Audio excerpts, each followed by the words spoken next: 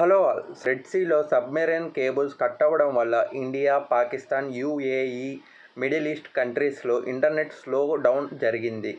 So cause ఏంటంటే near Saudi Arabia commercial ships anchor drag వల్ల multiple vital cables SMW4, IMEWE, Falcon GCX cut అయ్యాయి. దీనివల్ల impact ఇండియాకి అలాగే టెక్ సర్వీసెస్కి ఎలా ఉంటుందో చూద్దాం. మైక్రోసాఫ్ట్ అజ్యూర్ యూజర్స్కి ఇంక్రీజ్డ్ లేటెన్సీ వచ్చింది. Cloud based and online services delay అవుతాయి. ఆల్తో ట్రాఫిక్ కూడా రీరూటెడ్ స్పీడ్ స్లోగా అవుతుంది. రిపేర్స్ చాలా టైం పెరుగుతుంది.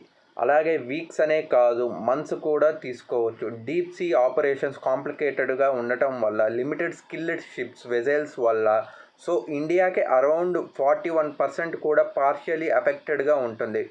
బ్యాండ్ విడ్త్ లిమిటెడ్గా. సో మీ సైడ్లో కనెక్టివిటీ ఇష్యూస్ ఏమన్నా వచ్చాయా? కామెంట్స్లో చెప్పండి.